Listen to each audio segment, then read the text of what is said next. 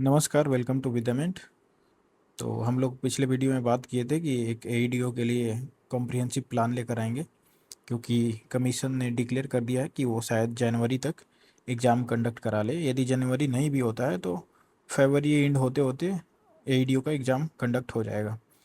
तो इसके लिए ज़रूरी है, क्योंकि फॉर्म बहुत ज़्यादा फिल किए गए हैं और पर सीट ऐसा बोला जा रहा है कि थाउजेंड्स से ज़्यादा लोग हैं। तो उसके लिए आपको बहुत मेहनत करनी पड़ेगी। तो हार्डवर्क का कोई सब्स्टिट्यूट नहीं है, तो हार्डवर्क तो करना पड़ेगा, ठीक है। तो जो हार्डवर्क करना है उसका सही डायरेक्शन होना चाहिए। यदि हम लोग गलत डायरेक्शन में हार्डवर्क करेंगे तो हार्डवर्क फ्रूटफुल नहीं होता है। और उसी डायरेक्शन पे बात करेंगे, और उसके लिए एक कॉम्प्रिहेंसिव प्लान लेकर आया मैं। और उस प्लान को यदि आप फॉलो करते हैं तो आई एम श्योर कि आप क्वालिफाई कर जाएंगे एईडीओ का एग्ज़ाम। वो कितना भी कंपटीशन है उससे उस वो मैटर नहीं करता। बस आपको उस प्लान को जो जो कहा जाए उसको एग्जीक्यूट करते हैं तो आप सफल हो जाएंगे। तो जो बीपीएससी की तरफ से दे रखा है उसमें दे रखा है कि 3 पेपर होंगे। फर्स्ट आपका लैंग्वेज का पेपर होगा, दूसरा आपका जीएस का पेपर होगा, और तीसरा आपका एप्टीट्यूड टेस्ट होगा जिसमें मैथ और रीजनिंग रहेंगे। तो जो बताया गया है कि जो लैंग्वेज के पेपर होंगे उसमें 30 मार्क्स के आपके इंग्लिश के क्वेश्चन होंगे, और 70 क्वेश्चन जो होंगे हिंदी के होंगे। एक एक क्वेश्चन एक एक मार्क्स का है, ठीक है। और ये पेपर 2 आवर्स का रहेगा। अब इसमें क्या है कि हिंदी और इंग्लिश, तो हिंदी में तो आप पास कर जाएंगे, इसमें नो डाउट कि आप नहीं भी पढ़ेंगे कुछ भी तो पास कर जाएंगे। लेकिन इंग्लिश, जो बच्चे हिंदी से हैं उनके लिए इंग्लिश थोड़ा सा मुश्किल हो सकता है, क्योंकि 9 मार्क्स लाना मैंडेटरी है। क्योंकि दोनों पेपर में 30 मार्क्स आपको स्कोर करना ही है। तो आउट ऑफ 100 30 क्वेश्चन यदि पूछे जाते हैं तो 9 मार्क्स आपको मैंडेटरी लाना है। और 9 मार्क्स लाने के लिए इसमें क्या है कि माइनस मार्किंग भी है। तो इस वजह से थोड़ा मुश्किल हो सकता है। तो उसके लिए है कि आप अच्छे से तैयारी करेंगे, इसके लिए मैं जैसा जैसा बताऊंगा तो आप इसमें भी सफल हो जाएंगे। बात जीएस का रहा तो जीएस का भी देखेंगे और एप्टीट्यूड का देखेंगे। तो ये आपका ऑफिशियल नोटिफिकेशन में जो सिलेबस दिया गया था वो था। तो हम लोग शुरू करते हैं। फर्स्ट हम लोग लैंग्वेज के बारे में बात करेंगे। तो लैंग्वेज में 30 क्वेश्चन है इसमें। 30 क्वेश्चन में 9 मार्क्स आपको लाना है, और हिंदी में आपका 70 क्वेश्चन है। 70 में आपको 21 मार्क्स लाना है। तो इंग्लिश का, जो बच्चे इंग्लिश से हैं उनके लिए तो चलिए कोई इशू नहीं है, वो लोग पास कर जाएंगे। क्योंकि इंग्लिश का कंप्रीहेंशन से क्वेश्चन ज़्यादा रहेंगे, मतलब ऐसा रहेगा कि आप इंग्लिश समझते हो। ज़्यादा टफ भी नहीं रहेगा, और ऐसा भी नहीं रहेगा कि जो बच्चे हिंदी हैं वो बिना पढ़े पास हो जाएंगे। तो मॉडरेट रहेगा। तो उसके लिए जो बच्चे हिंदी से हैं, इंग्लिश से हैं, तो उनको बिना पढ़े भी हो जाएंगे तो पास कर जाएंगे आई थिंक। उतना ज़्यादा टफ नहीं आने वाला। लेकिन जो हिंदी से हैं उनके लिए थोड़ा मुश्किल साबित हो सकता है, क्योंकि उनको वोकेबलरी तैयार करना पड़ेगा, और रीडिंग कंप्रीहेंशन के लिए आपको थोड़ी बहुत रीडिंग देनी पड़ेगी। कहीं से भी कोई आर्टिकल मिलता है, यदि आप मोबाइल ही स्क्रॉल कर रहे हैं तो बहुत सारे इंग्लिश में आर्टिकल्स मिलते हैं। तो आप उसको पढ़ने का एक आदत डालिए, हैबिट डालिए अभी से। अब जब वो पढ़ेंगे तो बहुत सारे आपको उसमें आपको वर्ड मीनिंग मिलेगा, बहुत सारे वोकेबलरी मिलेंगे आपको। उसको आप याद करते जाइए। यदि याद नहीं कर पा रहे हैं तो आप एटलीस्ट नोट डाउन करिए, बाद में रिवाइज करिए। और जो आपका वोकेबलरी होता है वो ऐसा नहीं होता है कि कहीं से भी आउट ऑफ बॉक्स पूछ देंगे। वो जो डेली यूज में रहता है वहीं से वोकेबलरी पूछा जाता है, और उसमें से सिनोनिम्स एंटोनिम्स आता है। तो आप जब नोट डाउन करेंगे तो जैसे ही आपको वो वर्ड मीनिंग याद होगा तो उससे रिलेटेड आपके उसका एंटोनिम्स भी याद रहेगा, सिनोनिम्स भी याद रहेगा। तो आपको फर्स्ट क्या करना है कि कहीं से भी कोई आर्टिकल मिलता है, ऐसा नहीं कहेंगे कि आप डेली न्यूज़पेपर खरीदना शुरू कर दें और न्यूज़पेपर का 4 घंटे रीडिंग दीजिए इंग्लिश का। वो ज़रूरत नहीं है। इंग्लिश में बहुत सारे आर्टिकल्स होते हैं मोबाइल में दिन भर। वो चाहे आपका इंटरेस्ट क्रिकेट में है या आपका बॉलीवुड में है, जिधर भी आपका इंटरेस्ट है उस आर्टिकल को आप इंग्लिश में पढ़ने की कोशिश करिए, यदि अभी तक आपने शुरू नहीं किया है तो। धीरे धीरे आप पढ़ेंगे तो एक हैबिट बन जाएगा, और धीरे धीरे चीज़ें समझ में भी आएंगी। यदि एग्ज़ाम में पैसेज पूछ दिया जाता है तो आप उसे कर लेंगे। आप एटलीस्ट उसका जो कोर कंसेप्ट है वो समझ लेंगे तो क्वेश्चन आप सॉल्व कर पाएंगे। ठीक है। तो इसके लिए आपको ज़रूरी है कि आप रीडिंग का एक आदत डालिए। उसके बाद रीडिंग करते समय जो आपको वर्ड मीनिंग मिलता है, वोकेबलरी मिलता है, उसको नोट डाउन करिए। याद नहीं कर सकते उस टाइम पे, ठीक है, बट आप नोट डाउन करिए उसको। उसके बाद ग्रामर स्ट्रक्चर में होता है कि जैसे एरर डिटेक्शन में आ जाएगा, ईज एम आर बहुत बार मिस्टेक करता है। उसके बाद द का यूज़ होता है। तो पूरी तरह से ग्रामर पढ़ने के लिए ऐसा नहीं है कि आप इनिशियल स्टेज से आप स्टार्ट करेंगे, क्योंकि आउट ऑफ 39 मार्क्स ये स्कोर करना है, तो ये बहुत ज़्यादा प्रोडक्टिव है नहीं, पास करना है सिर्फ। तो पास करने के लिए आप ऐसा यूज करिए ना कि शॉर्टकट में पास हो जाए। तो उसके लिए जो आप एरर डिटेक्शन है ना, उसमें सबसे ज़्यादा आपको सेंटेंस स्ट्रक्चर में दिक्कत आता है, जैसे ईज एम आर हो गया, द का हो गया। तो थोड़ी बहुत यदि रूल आपको पता है थंबनेल वाला, तो आप कर पाएंगे इसको। तो फर्स्ट क्या करना है, लैंग्वेज के लिए आपको कंप्रीहेंशन के लिए रीडिंग देना है। रीडिंग दिन भर में एक पैसेज यदि आप पढ़ते हैं, एक आर्टिकल पढ़ते हैं 10 लाइन का, 20 लाइन का, और उसके वर्ड मीनिंग को याद रखते हैं, तो वो आपको मोर देन सफिशियंट हो जाएगा, ठीक है। और उसमें से कुछ वोकेबलरी याद कर लेना है, और ग्रामर का कुछ जो आप पैसेज पढ़ेंगे, जो आर्टिकल्स पढ़ेंगे, तो उसमें पढ़ते पढ़ते आपको लगने लगेगा कि हाँ यहाँ पे द का यूज़ होता है, तो इस तरह से कहाँ पे आप ईज एम आर का यूज़ होता है, तो इस तरह से आप कर पाएंगे इसे। तो कॉम्प्रिहेंशन सबसे ज़रूरी है। और हिंदी का, तो जो बच्चे हिंदी में हैं उनको हिंदी की तैयारी नहीं भी करेंगे तो निकाल लेंगे, ठीक है। उतना ज़्यादा मुश्किल हिंदी का पेपर नहीं आता है। जो बच्चे इंग्लिश से हैं उनका थोड़ा बहुत देखना पड़ेगा, उनको विलोम शब्द होते हैं, पर्यायवाची शब्द होते हैं, संज्ञा और विशेषण, सर्वनाम, तो ये सब कुछ देख सकते हैं, संधि विच्छेद, ये सब देख के जाएंगे तो वो पास कर जाएंगे। तो लैंग्वेज पेपर है, ये हमारा मेरिट डिसाइड नहीं करेगा, बट फिर भी डिसाइसिव है, क्योंकि ये पास करेंगे तभी आप एग्ज़ाम क्वालिफाई कर पाएंगे, ठीक है। नेक्स्ट हम लोग बात करेंगे जनरल स्टडीज़ के, जीएस के बारे में। आपका सबसे पहले तो जो दे रखा है उसमें उसमें जनरल साइंस दे रखा है, करंट अफेयर दे रखा है, हिस्ट्री दे रखा है, पॉलिटी दे रखा है, ज्योग्राफी दिख रहा है।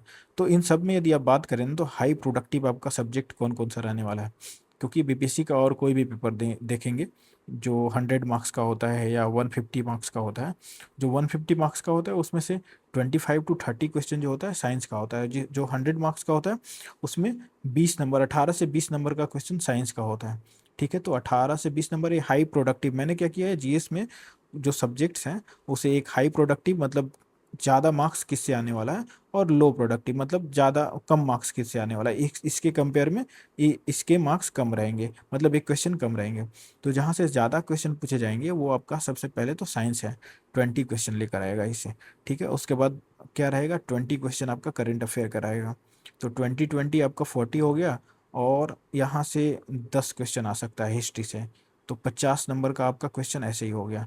और 50 नंबर से 10 नंबर, 15 नंबर, ऐसे कर करके पॉलिटी से कुछ क्वेश्चन पूछे जाएंगे, बिहार स्पेशल से कुछ क्वेश्चन पूछे जाएंगे। यदि 10 नंबर बिहार स्पेशल से पूछे जा रहे हैं तो 8 से 10 क्वेश्चन पॉलिटी से भी क्वेश्चन पूछे जा रहे हैं। लेकिन ये आपका स्ट्रॉन्ग पॉइंट होना चाहिए, जनरल साइंस बिल्कुल स्ट्रॉन्ग होना चाहिए, करेंट अफेयर स्ट्रॉन्ग होना चाहिए, और हिस्ट्री स्ट्रॉन्ग होना चाहिए। और ये जो करंट अफेयर है ना, करंट अफेयर में आपकी एक्सपर्टाइज नहीं चाहिए होती है कि आप ट्रेडिशनली बहुत अच्छे पढ़ने वाले हैं, नहीं हैं। आप 1 महीने की मेहनत में आप करंट अफेयर को स्ट्रॉन्ग कर सकते हैं। और करंट अफेयर बहुत ज़्यादा ऐसा नहीं है कि आपको विजन आईएएस प्रीफर करना है। आप स्पीडी पढ़ सकते हैं, स्पीडी नहीं तो फिर आप एडुटेरिया पढ़ सकते हैं। तो जो भी 1 ईयर का करंट अफेयर जहाँ से भी मिलता है वहाँ से आप कर सकते हैं इसे। और आई थिंक स्पीडी सबसे बेस्ट रहेगा आपके लिए। और जनरल साइंस में एनसीईआरटी ही करना है, 9th तक एनसीईआरटी करके जाइए। 9th और थोड़ा आगे बढ़ सकते हैं तो 10th तक एनसीईआरटी करके जाइए, क्योंकि साइंस का कोई सा भी एग्जाम हो एनसीईआरटी से बाहर क्वेश्चन नहीं पूछा जाता है। एनसीईआरटी यदि आप कर लेंगे तो मोर देन सफिशियंट होगा वो। और एनसीईआरटी का मैं सारा वीडियोस का प्लेलिस्ट भी है, आप 9th तक एनसीईआरटी वहाँ से कर सकते हैं। और हिस्ट्री है, हिस्ट्री आप कर लीजिए, हिस्ट्री में आपको एनसीईआरटी का सार होता है, वहाँ से हिस्ट्री कर लीजिए। या फिर हिस्ट्री में भी आपको बहुत ज़्यादा ध्यान देना है तो मॉडर्न हिस्ट्री पे देना है। यदि आप हिस्ट्री पढ़ना भी शुरू करेंगे तो ये कोशिश करिए कि मॉडर्न हिस्ट्री जो है आपका वो मजबूत हो जाए। और हिस्ट्री के लिए क्या, लूसेंट और घटनाचक्र आपका सफिशियंट होगा, ठीक है। तो करंट अफेयर के लिए स्पीडी प्रीफर करना है, साइंस के लिए आपको एनसीईआरटी प्रीफर करना है, और हिस्ट्री के लिए घटनाचक्र और लूसेंट मोर देन इनफ है। अब लो प्रोडक्टिव में जो क्वेश्चन पूछे जाएंगे पॉलिटी, तो पॉलिटी में आपको तैयारी करने के लिए ऐसा नहीं कि आप लक्ष्मीकांत पढ़ना शुरू कर दें, आप घटना चक्र से पॉलिटी कर सकते हैं। बिहार स्पेशल का तथ्य सार आता है, वो एडुटेरिया का भी आता है, और ये घटना चक्र का भी एक आता है बिहार स्पेशल। तो वहाँ से आप बिहार स्पेशल कर सकते हैं, जैसे बिहार में ज्योग्राफी, कौन सा रिवर्स कहाँ से मिलती है, तो ये सब बिहार स्पेशल के क्वेश्चन पूछे जाते हैं। और कुछ हिस्ट्री भी होता है बिहार का, तो कर लेंगे। अब इंडिया की हिस्ट्री और बिहार की हिस्ट्री दोनों ओवरलैप करता है, तो वो आपका कवर हो जाएगा जब हिस्ट्री पढ़ेंगे तो। और बात बचा आपका इकोनॉमिक्स और हिस्ट्री। तो इकोनॉमिक्स और ज्योग्राफी में बहुत ज़्यादा एफर्ट लगाने की ज़रूरत नहीं है। इकोनॉमिक्स से हो सकता है क्वेश्चन पूछे भी, और ये भी हो सकता है कि ना भी पूछे। ज्योग्राफी से पक्का क्वेश्चन आएगा, और ज्योग्राफी आपका लूसेंट और घटना चक्र से करेंगे तो हो जाएगा। ठीक है, तो लूसेंट करके जाना है ज्योग्राफी के लिए। और इकोनॉमिक्स का थोड़ा बहुत जो कंसेप्ट है करंट अफेयर से रिलेटेड, जो आरबीआई से रिलेटेड हो गया, आईएमएफ से रिलेटेड हो गया, जो ऑर्गेनाइजेशन इंटरनेशनल ऑर्गेनाइजेशन होती है, उनसे क्वेश्चन पूछे जाते हैं। तो ये इसमें बहुत ज़्यादा एफर्ट लगाने की ज़रूरत नहीं है। ज्योग्राफी में इंडियन ज्योग्राफी आप अच्छे से करके जाइए, वो हो जाएगा। तो जनरल स्टडीज़ की बात कर लिया, बुक्स की मैं बात कर लेता हूँ। तो करंट अफेयर के लिए एसपीडी करके जाइए, एसपीडी कर सकते हैं, या फिर और कोई बुक आपको अच्छा लगता है तो वो कर लीजिए। साइंस के लिए एनसीईआरटी तो छोड़ना नहीं है, और एनसीईआरटी का पूरा प्लेलिस्ट रखा हुआ है वीडियो में, तो आप वहाँ से देख सकते हैं। तो यहाँ कहीं पे भी आपको एनसीईआरटी अच्छा है तो एनसीईआरटी साइंस से करके जाइए, क्योंकि साइंस एनसीईआरटी के बाहर से क्वेश्चन नहीं पूछे जाते, और एईडीओ में भी नहीं पूछे जाएंगे। और अदर सब्जेक्ट है तो लूसेंट और घटनाचक्र आपके लिए मोर देन सफिशियंट है। अब दिक्कत ये है ना कि एक कम बुक नहीं है, ये अपने आप में बहुत ज़्यादा है। यदि आप इसे बहुत अच्छे से करके जाते हैं तो आपको एज मिलेगा एग्जाम में, और बिल्कुल आप सफल हो पाएंगे। अब हम लोग दूसरा बात करते हैं जनरल एप्टीट्यूड के बारे में। तो जनरल एप्टीट्यूड में जो आपका हाई प्रोडक्टिव जो चैप्टर्स हैं मैथ का, वो मैंने हाईलाइट करा है। जैसे एवरेज से क्वेश्चन पूछे जाएंगे, ठीक है। उसके बाद आपका परसेंटेज से क्वेश्चन पूछे जाएंगे। उसके बाद आपको प्रॉफिट एंड लॉस से क्वेश्चन पूछे जाएंगे। एसआईसीआई से क्वेश्चन पूछे जाएंगे। स्पीड टाइम डिस्टेंस से क्वेश्श्चन पूछे जाएंगे। एज से क्वेश्चन पूछे जाएंगे, और अलजेब्रा से क्वेश्चन पूछे जाएंगे। तो ये और भी चैप्टर्स हैं, बट ये जो चैप्टर्स है ना, यहाँ से आपका श्योर है कि क्वेश्चन पूछे ही जाएंगे। तो ये आपको बहुत अच्छे से करके जाना है। और मैथ के लिए मैं बुक बताऊँ तो आप या तो किरण की बुक होती है जो 2100 मैथ्स का होता है, या 10,000 का। तो उसमें सारे टाइप्स का जो जो चैप्टर मैंने हाईलाइट करा है, उसमें सारे टाइप्स का क्वेश्चन करके जाते हैं। और सबसे ज़रूरी चीज़ है कि जनरल एप्टीट्यूड के लिए आपको प्रैक्टिस सेट लगा कर जाना है। आप डेली प्रैक्टिस सेट लगाइए मैथ और रीजनिंग का। कम से कम एक प्रैक्टिस सेट सॉल्व करिए लगातार 1 महीने 2 महीने तक। तो आपका जो मैथ और रीजनिंग है लाइन पे आ जाएगा, एटलीस्ट पता चलेगा कि कहाँ कहाँ से क्वेश्चन ज़्यादा पूछे जा रहे हैं। तो प्रैक्टिस सेट आपको लगाना है। उसके बाद रीजनिंग की बात करें तो फिगर काउंटिंग काउंटिंग से क्वेश्चन पूछे जाएंगे। कोडिंग डिकोडिंग से क्वेश्चन पूछे जाएंगे। सीटिंग अरेंजमेंट से क्वेश्चन पूछे जाएंगे। सीरीज से क्वेश्चन पूछे जाएंगे। साइलोग से क्वेश्चन पूछे जाएंगे, और ब्लड रिलेशन से क्वेश्चन पूछे जाएंगे। और भी हैं बहुत सारे चैप्टर्स, वो सब भी पूछे जाएंगे। बट जो मेन है ये सब श्योर शॉट कि ये सब पूछे ही जाएंगे। तो आप जब प्रैक्टिस सेट लगाएंगे तो इनके क्वेश्चन मिलेंगे। और आपका जो रूल्स है, कैलेंडर भी इसमें जोड़ सकते हैं, कैलेंडर से क्वेश्चन पूछा जाएगा। तो जो भी रूल्स वगैरह है वो फिंगर टिप्स पे रहेगा, और एग्जाम में आपको कम टाइम रहेगा और उसी में सॉल्व करना रहेगा। तो इसलिए प्रैक्टिस सेट ज़रूरी है। तो इसके लिए बुक मैंने बताया कि मैथ के लिए प्रैक्टिस सेट, रीजनिंग के लिए प्रैक्टिस सेट। और उसके बाद बुक में किरण पब्लिकेशन या राकेश यादव सर का एक बुक आता है। सारे टाइप के मैथ्स मिल जाएंगे, सारे चैप्टर वाइज रहता है। और जो पीवाईक्यू हैं वो भी मिल जाएंगे आपको। तो यहाँ से आप जनरल एप्टीट्यूड कर सकते हैं। ठीक है। तो ये सब आपको ऐसा नहीं है कि कुछ ही दिन में, क्योंकि एग्ज़ाम का लगता है कि अक्टूबर नवंबर दिसंबर और जनवरी, तो 3 महीना ही है आपके पास। तो आप मेहनत अभी से ही करना शुरू कर दीजिए, इन सारी चीज़ों पे काम करना शुरू कर दीजिए। आपको एक प्रैक्टिस सेट लगाना है, और बाकी आप जीएस के लिए पढ़ सकते हैं। जनरल एप्टीट्यूड के लिए एक प्रैक्टिस सेट डेली लगाना ही है। नेक्स्ट अब बात करते हैं हम लोग की, क्योंकि सीट बहुत कम है, 935 है, और जबकि अप्लीकेशन 9.7 लाख, मतलब 10 लाख के लगभग में गया है। तो पर सीट 1000 से ज़्यादा बच्चे हैं। तो इसलिए आपको मेहनत ज़्यादा करना पड़ेगा, क्योंकि कट ऑफ ज़्यादा जा सकता है। ऐसा आप मान सकते हैं कि 10 लाख में 5 लाख बच्चे तो ऐसे होंगे जिनका पढ़ाई लिखाई से मतलब नहीं होगा। फिर भी आपकी कंपटीशन 5 लाख से है। 5 लाख लोग जब फॉर्म भरे होंगे तो कुछ सोच के भरे होंगे कि हम इसके लिए पढ़ाई करेंगे, तो पढ़ रहे होंगे। तो आपको भी उनसे फाइट करना है, आपको ऊपर रहना है, तो आपको पढ़ना पड़ेगा। ठीक है, तो हार्डवर्क का कोई सब्स्टिट्यूट नहीं है, हार्डवर्क करना ही है यदि आपको सफल होना है तो। तो ये था मेरे तरफ से, ये जो प्लानिंग है इस पे आप एग्जीक्यूट करिए।